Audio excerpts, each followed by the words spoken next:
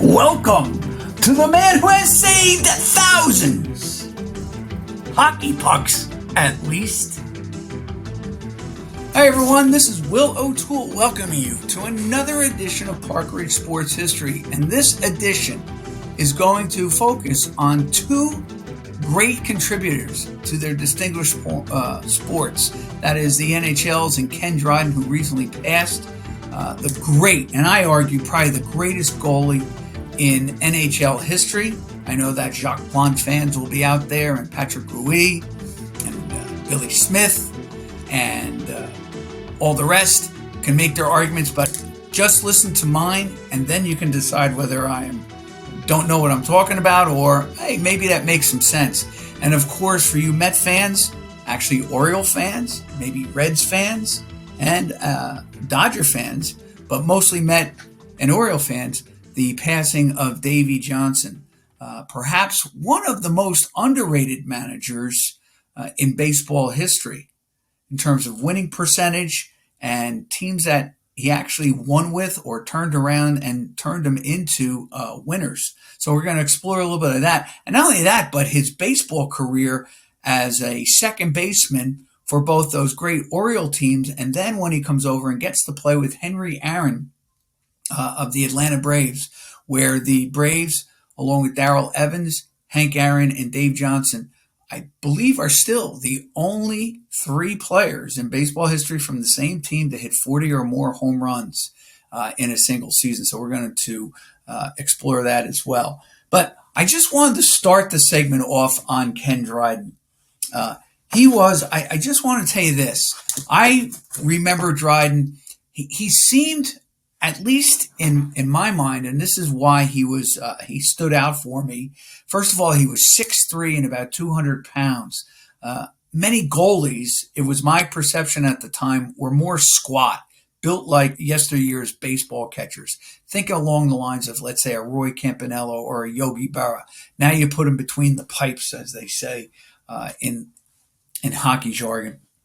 But Dryden was erudite. He was a graduate of Cornell, distinguished school, Ivy League, and came to the Canadiens in late March and played 6 games before the season finished and really did such an unbelievable job that the Montreal Canadiens put him as the starting goalie in the NHL Stanley Cups that year, 1970-71 season. And why he sticks out for me? Well, he beat my team, the Chicago Blackhawks. I still remember crying myself to sleep, Game 7. And I always say this, I've said this on past episodes, the Mahavlich brothers always still bother me in my sleep. They live rent-free every once in a while, especially during the Stanley Cup, because I never got to see the Blackhawks win. And then, of course, they did win within the last 10 years, but it took them quite a bit of time to win that Stanley Cup. And they had gotten there a couple of times with Bobby Hull, Stan Mikita, and the rest. They did win it in 63. I wasn't old enough to appreciate nor watch any of those, but I do remember specifically the 71. The Hawks had, I do believe, a 3-2 advantage in games and actually were leading, I think, 2-1 in Game 6, and then kind of fell apart in the late second period, early third, and wound up losing that game, and then lost the crucial Game 7 to lose to the Montreal Canadiens. And why that was so? Because Ken Dryden was just unbelievable in goal for the Canadiens. In fact, I do believe this. I should have verified this, but I think he is the first MVP of the Stanley Cup playoffs to win the MVP before he won the Rookie of the Year. He wins the Rookie of the Year, I believe, the next year in the league. So he had quite and the reason he didn't qualify enough games. He only played 6 regular seasons in the 70-71. But like I said, the Canadian front office and coaching staff had so much belief in him that he could win a Stanley Cup. And boy, oh boy, he proved it. Not only once, twice, 3 times, 4 times, 5 times, 6 times, and along with Jacques Plante, is the only goalie to win that many NHL Stanley Cup trophies, which is why, to me, first of all, he's a nightmare for me, but he won 6 championships in 8 seasons for the Canadiens. And actually, if you take away all but 6 games of that freshman year, he actually won 6 titles in 7 full seasons in his NHL. Of course, then he retires and goes on to have an unbelievable career, second career or first career, as you look at it, as a lawyer in Canada. And of course, as I said, he was one of those first few. I loved first of all, the Canadiens have a great uniform.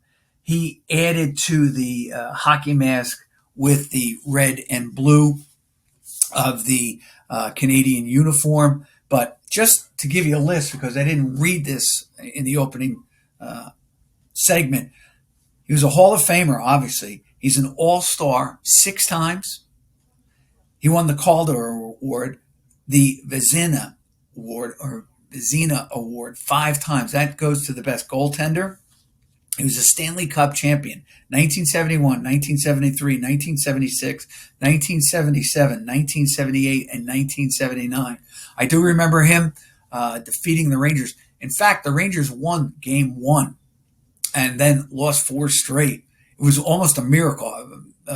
Davidson, as they like to say, the cliche, was standing on his head in that first game against the Canadiens. I think he beat them 4-1. But then the Canadiens just had a buzzsaw of a dynasty. I mean, look at this. 71, 73, 76. They were stopped in 74 and 75 by the Flyers. They were stopped in 72 by the great Bruins teams of the 70s. So you had the Bruins winning twice, the Flyers winning twice. And then, of course, after 79, you would have the Islanders and then the Edmonton Oilers just dominate for the next 8 years. So, when you think about it, the NHL was dominated by about 3 teams during 70s and 80s, the Canadiens being one of them. And the other reason I'm going to make the argument is that Dryden was around post-expansion when more teams played in the NHL playoffs. I think Jacques Plante, he won 6 titles when the league was still with only 6 members. And, of course, 4 made the Stanley Cup. So we were the 5th, 6th teams. And he didn't make the playoffs. Man, you really had a lousy season back then. But today, it's really exploded. It looks like the NCAA tournament with all the brackets and the teams making it. And with so many teams. My brother used to say to me, just think about it with the expansion. And this is when there were only 24 teams in the Major League Baseball. He said, if each team won in consecutive years, that means that you'd have to go 24 years before you win your next title. So if you watched, let's say, the Reds win in 1976 or whatever, at the age of 7, and then let's, for the moment, just say there was 24 teams at that point. That means that by age 31 would be the next time you would see a championship or a pennant flag being raised in your home park. It's just amazing how many teams there are. So you really have to appreciate not just sometimes winning the whole thing, but getting there as well. And I think sometimes in sports, we don't appreciate just making it to the championship. That's why I've always bloviated about the Bills. Yeah, they lost 4 straight, but they got there 4 straight times. That's still a remarkable achievement. Yes, there have been teams that have won 2 and 3 championships in a row, but to get there 4 straight, I know, and lose, still is an accomplishment. And it shouldn't be poo-pooed. So there is Dryden. Not only that, but Dryden, I just want to hit this more. He had 258 wins and 46 shutouts. And I'm getting this from Hockey Reference. Love that. He had a 92.2% save rate. Now, I didn't look up where that ranks among the great all-time goalies and all the rest of it, but he was the Stanley Cup MVP before he really even played 40 games in the NHL. That's incredible. So Ken's Dryden. To me, the greatest goaltender of all time. 6 championships in 7 full seasons. Best goaltender 5 times. Number of All-Star appearances. Calder Cup winner. Ken Dryden passed away this past week. And now I want to get to a guy who I did more research, obviously, because I love baseball. And the 86 team is near and dear to me. But let me just show the cartoon, Davey Johnson's cartoon. Davey Johnson's here? Great. Because Earl Weaver's complaining about not having any good managers to compete against in our Halo Baseball League. I heard one of the announcers last night call Davey Johnson probably one of the greatest managers of all time. Thought about that for a moment. I figured I would do some research on it.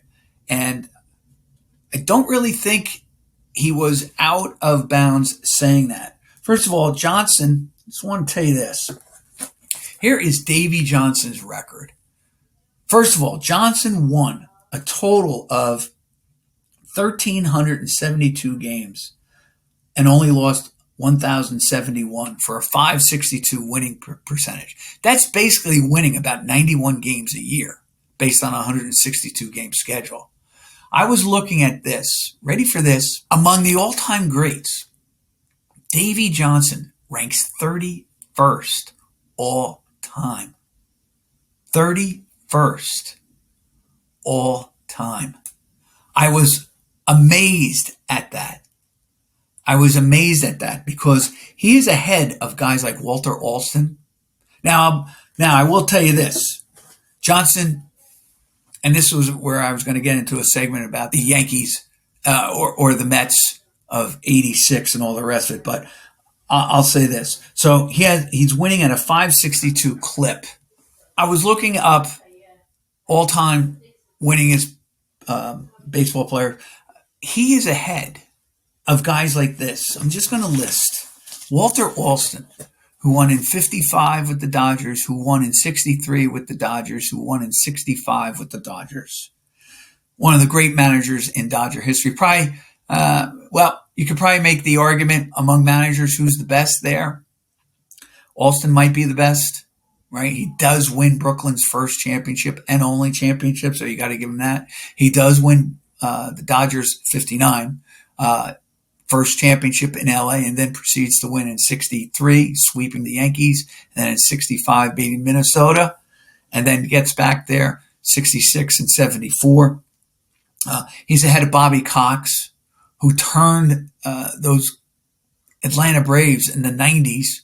Man, they were just a buzzsaw, winning the National League Eastern Division a number of times. And he won a World Series. All right. Miller Huggins, he's ahead by winning percentage. Huggins, of course, was during the great Yankee dynasties, the early part of the 20th century. Billy Martin's ahead. Now, Martin, we've extolled his greatness as a manager on Park Ridge Sports History before, where he has turned basically every franchise he undertook into a winner. Finally winning a championship with the 77 Yankees. Leo DeRocher. Leo DeRocher, if you're a Met fan, you know he's the cursed manager of the 69 Cubs, but he also won a couple. He was the one who stuck with Mays and won a championship in 54 with Willie Mays and won that great one in 51 with the Giants. Terry Francona, who ended the curse for Boston with 3 championships. Ahead of Danny Murtaugh, who I have campaigned for the Hall of Fame, who won the last 2 titles. Oh, well, he won 2 titles with the Pirates. I'm not forgetting about Chuck Tanner, of course, but he won in 60 beating the Yankees, and he won in 71 beating a great Oriole dynasty there and beating the great Yankee dynasty, both in 7 games. Joe Torre, who really for the first half of his career as a manager was let's be honest, was mediocre. Does win with the Braves in 82. People like to talk about that 82 team. They got off to a 13-0 start. But basically, after that, they won 87 games. They were 74-74. But really weren't that good of a team. Still wins there. And then kind of suffers. Did take over the mid team. Probably sometimes you take a manager job knowing that it's not going to get any better, but you just want the experience, I guess, at the major league level. And you can't argue with his success with the Yankees. I'm just reading off a list. He is ahead of Tony La Russa. And Tony La Russa, the White Sox biggest mistake was firing him. Of course, he got the White Sox to their first playoff or their first winning campaign of anything in 1983 since the Go-Go Sox of 59. And took over the Cardinals, of course, made the Oakland A's. Ahead of Dusty Baker, who's probably going to go to the Hall of Fame. Finally winning with Houston, the championship. Happy for him there. Whitey Herzog, the White Rat, right? Seen as a genius. And actually, that's funny. He has a higher winning percentage than probably his chief rival, the rival of the Mets' great teams during the 80s. He's had a Red Shandies, 2 championships with the Cardinals. Great Cardinal dynasty, 64, 67, 68. He's ahead of Dick Williams, who turned the Red Sox into the Impossible Dream Team in 67, then takes over the A's and basically takes that great core talent, which we've talked about, courtesy of great ingenuity by Charlie Finley, and turns that into a 3-time winner, although he was only around for the first one. And second, first and second, wasn't there for the third. That was Alvin Dork. Boy, I'm making these mistakes. Cito Gaston wins back-to-back championships with the Toronto Blue Jays, 92-93. Ralph Houck won a couple of championships, I think, with the Yankees. And he's ahead of probably my guy, Sparky Anderson, who won championships in two leagues with Detroit and Cincinnati. And of course, he was, let's say, the pilot of the great machine, the great red machine of those 70s teams. He won in 70, 72, 73, 75, 76. All right, with those Reds teams, the National League West, and then won several pennants and, of course, a couple of World Series. Dave Johnson is ahead of all of them. I was really amazed. Now, he may not have managed as many games as Anderson and La Russa. I'm going by winning percentage, all right? And it's still up there. Best winning percentage, all right? There's 3 right now that are higher in winning percentage than Dave Johnson, currently active. Dave Roberts of LA, Aaron Boone of the Yankees, and Alex Cora of the Red Sox. I wanted to get that out of the way because Johnson is 31st, and those 3 are ahead of him. And other guys that also are in front of him are player manager Mickey Cochran, Al Lopez, the great manager of the White Sox and Indians, John McGraw, Frank Chance, one of the guys who I absolutely love all time, Billy Southworth, who had turned some great Cardinal teams in. And I also think he was the 48 Braves manager, do believe.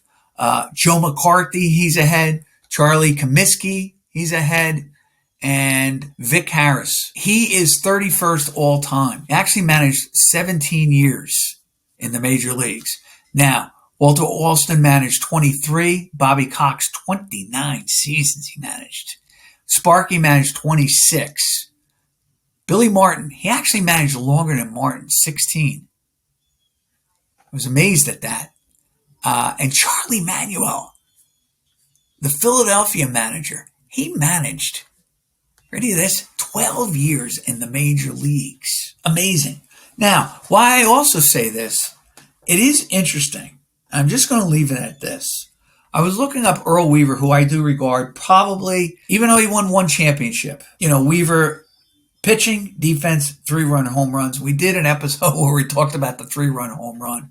It doesn't come as frequent, even with the Orioles, as it does with other teams. It's about the same with every good team. We did that with the 70 and 71 Oriole team. I think of the 135 home runs they hit that year, let's say 35 were 3-run home runs, which is a lot, but it was no more than the 6th place team or whatever. Anyway, Johnson was his best student in terms of winning percentage and in terms of length of career. George Bamberger, Vern Hershey, George Stoller, Billy Hunter, Ray Scarborough, Charlie Lau, Jim Fry, Cal Ripken Sr., Davey Johnson, Frank Robinson. Brooks Robinson was on his team. I think he even started as a player coach. Ray Miller, Elrod Hendricks, a guy maybe who should have been given a nod if he was ever interested in being a manager. And Jimmy Williams, Jimmy with a double M, not the Jimmy Williams who went on to be the manager of Toronto and the Red Sox. All right. Of those, Bamberger was 458, 478. Billy Hunter was 146, 108. Jim Fry, 323, 287. Frank Robinson was 1,065 wins, 1,176 losses. Ray Miller, who was his pitching coach for many years, was 266 and 297 for his career. Total of wins and losses of that group is 23-26. 2,326 wins, 2,447 losses. Whew. That would have blown my case right out of the water for a 487 winning percentage. Johnson's was 562. And if you add Johnson's wins and losses into the whole, he brings them up to a 512 winning percentage.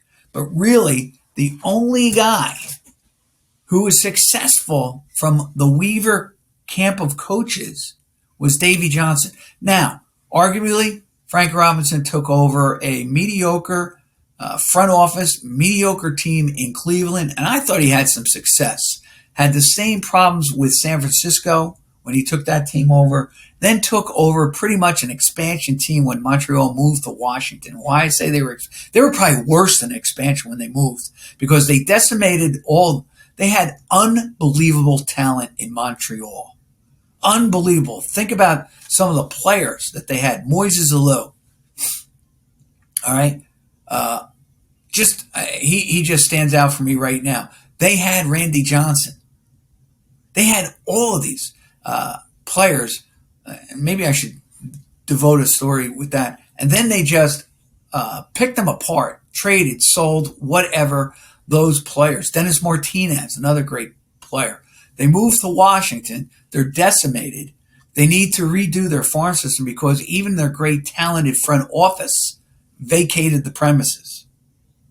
So Robinson came in there and I think did a yeoman's job with Washington, probably building them into a winning attitude type of franchise where they go on and they win a championship for the first time in 2019, since about 1924. First time the city of Washington, capital, enjoyed a championship team. Most of these guys took over teams that, in honesty, were not competitive, had years of mediocrity, had a sense of losing. So I will give you that. But Johnson comes in, and here was Johnson, all that Johnson did. He takes over. Let me just see if I can find him. He's 31st. And I will tell you this. If you take a look at his winning percentage of 562, it's 31st all time, yet it's 21st among the 20th century and 21st century managers in a game of baseball. All right, 562 winning manager. All right, he took over the Mets in '84, basically turned them into a winner. Now, to be fair, the Mets did have a core of young talent. They had been able to get Darling away from Texas. They, of course, had Dwight Gooden. They had Darryl Strawberry, a young Howard Johnson, a guy. I have to be the first to admit this.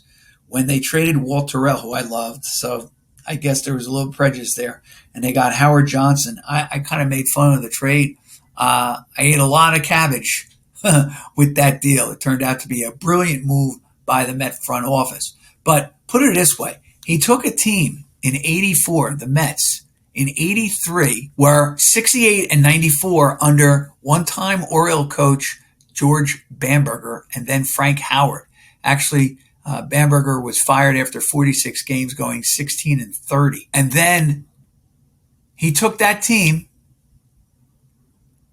and turned them into a 90-win ball club. There was a crucial August, I believe, series with the Cubs that kind of knocked the Mets out, really put them on a damper that year. Then in 85, of course, they were competing against the Cardinals, good Cardinals team. 82, they had won a championship. He wins 98 games and finished second. Now, you only had one winner back in 85. The East Division winner goes up against the West Division winner.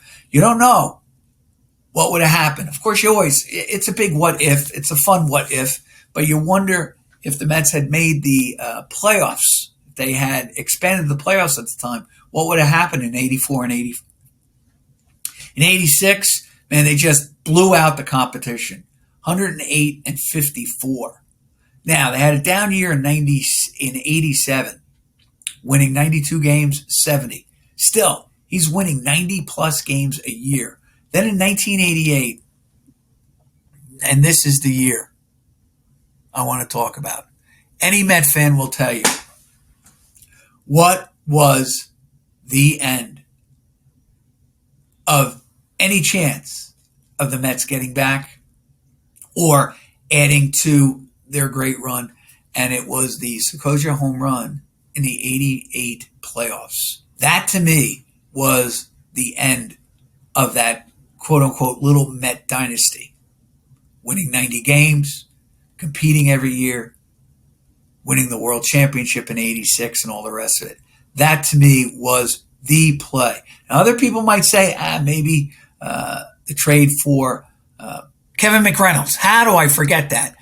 A lot of people judge it there. I think it's 88 with Mike Sakoja when he hit the home run off Dwight Gooden, and then the Mets go on to lose that playoff series, losing out in L.A.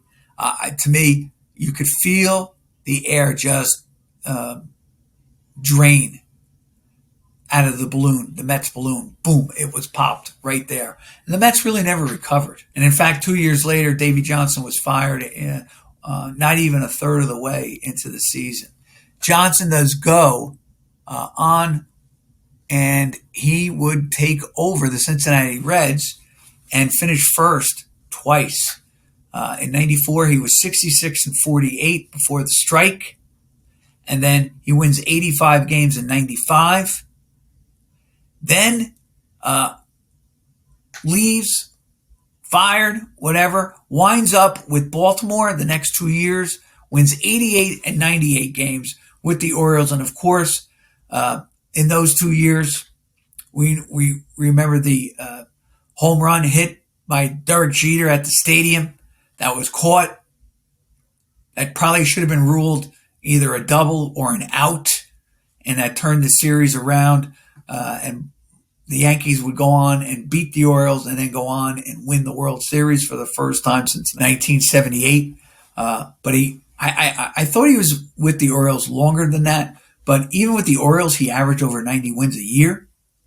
Okay. With the Reds, second part of 93, he goes 53 and 65.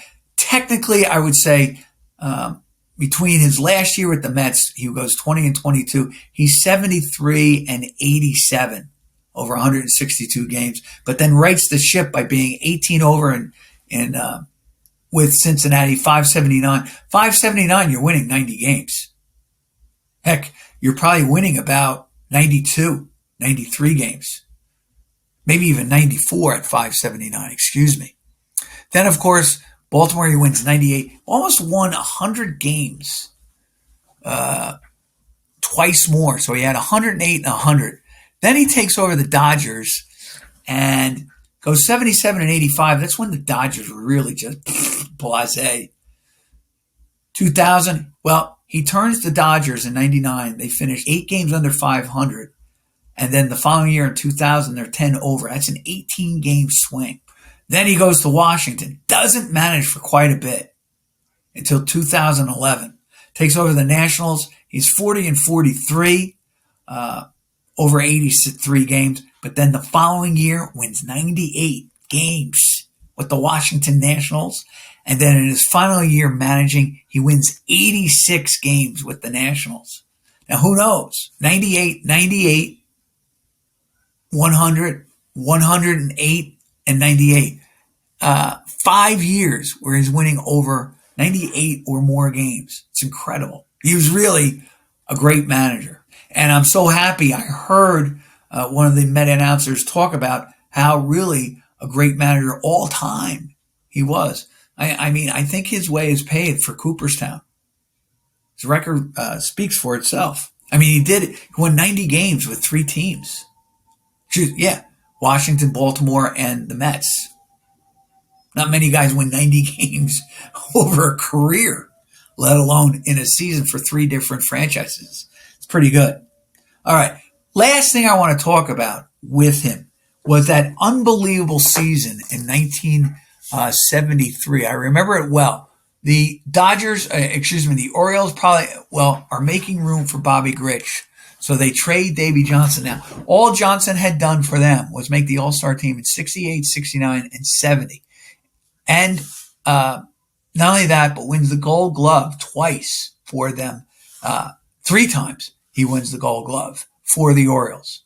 In those years, the highest home runs he ever hit for the Orioles was 18. Now, to be fair, Baltimore is a pitcher's park as opposed to Fulton County Stadium. That was a launching pad. In fact, it was nicknamed that in Atlanta.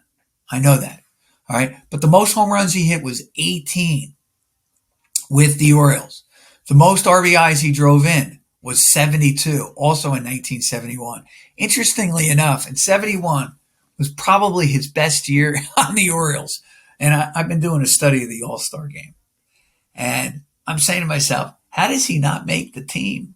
I got to do a little bit more investigation on that. So clearly, it's his best season. Had his highest batting average. He never hit over 300. His highest batting average was 1971. And really, probably did get, and I was going to say this, did get votes for the MVP because you got to remember, both Robinsons, their careers are winding down. Boog was hurt in 71. Does have a good season, but I think he had hurt his shoulder and was good, but not the Boog of 1970 and 69. So he filled a lot of the vacuum there in terms of power. Hit 282 and 67 runs scored. Then his final season with Baltimore, kind of a down year, 118 games. They're making way for Bobby Grich, by the way. 5 homers, 32 RBIs, 221 batting average. And it was just time to move him on. He is now age 30, and he goes to Atlanta. And all he does in Atlanta is play 157 games as opposed to 118, the most in his career. Have 651 plate appearances, the most in his career. Draw 81 walks, the most in his career. Steal 5 bases. Score 84 runs, the most in his career. Have 151 hits, the most in his career. 25 doubles, no triples, 43 home runs, 99 RBIs, and hits 270. Finishes in the MVP voting 13th. And does justifiably make the All-Star team. Now, that team had both 43 home runs by Johnson. In fact, that Atlanta team, ready for this, had a total of 206 home runs.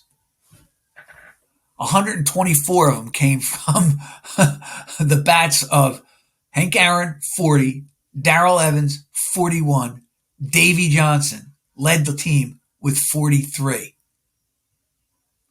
Evans drove in 104, Aaron 96, and Dusty Baker, just coming into his own, drove in 99 along with Davey Johnson.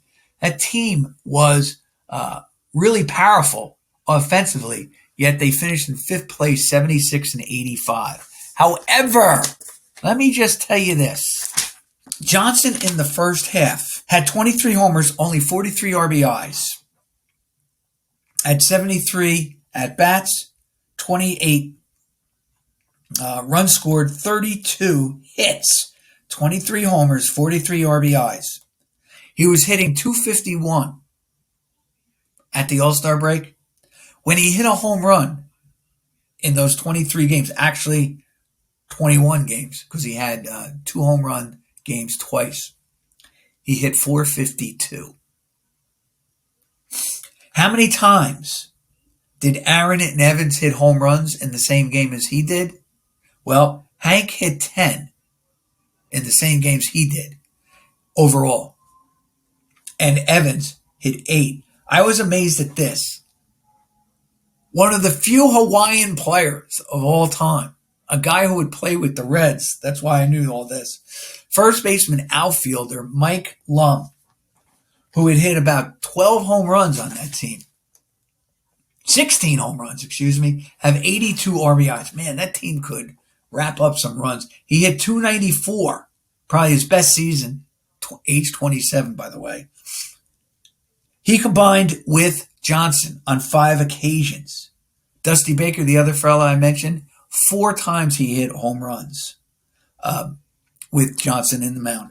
Now, overall, there were 1 and 2, 3 and 2, 4, 5, 6, 7, 8, 9 and 2, 9 and 4, 10 and 4, 10 and 7, 12 and 7, 12 and 9, 14 and 10, 15, 16 and 10, 17 and 11, 18 and 11, 18 and 13, 20 and 13, 21 and 14, 22 and 15, 23 and 16 when Johnson hit home runs.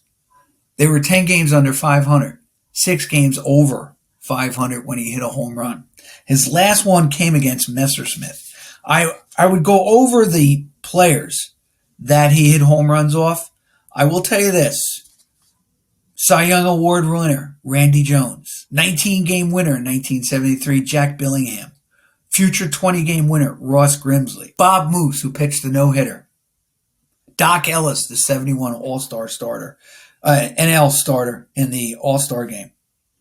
Juan Marichal, future Hall of Famer. Andy Messersmith, All-Star. Don Gullett, All-Star. John Matlack, Rookie of the Year. Twice he hit home runs off him. Sudden Sam McDowell, 20-game winner, strikeout artist deluxe. Steve Blass, the game-winning pitcher in Game 7 of the World Series. Andy Messersmith, little Al Downing, who won 20 games in the 71 Dodger team. Ken Forsch, who would throw a no-hitter. Don Wilson, All-Star, great pitcher in the early 70s. And Steve Carlton were all home run victims of Davey Johnson. Davey Johnson, manager deluxe, great player for some great Oriole teams. Another great player, manager, contributor to his game of baseball passed away this week. This is Will O'Toole for Park Ridge Sports History. Thank you for letting me come into your homes and talk nothing but sports. See you next week.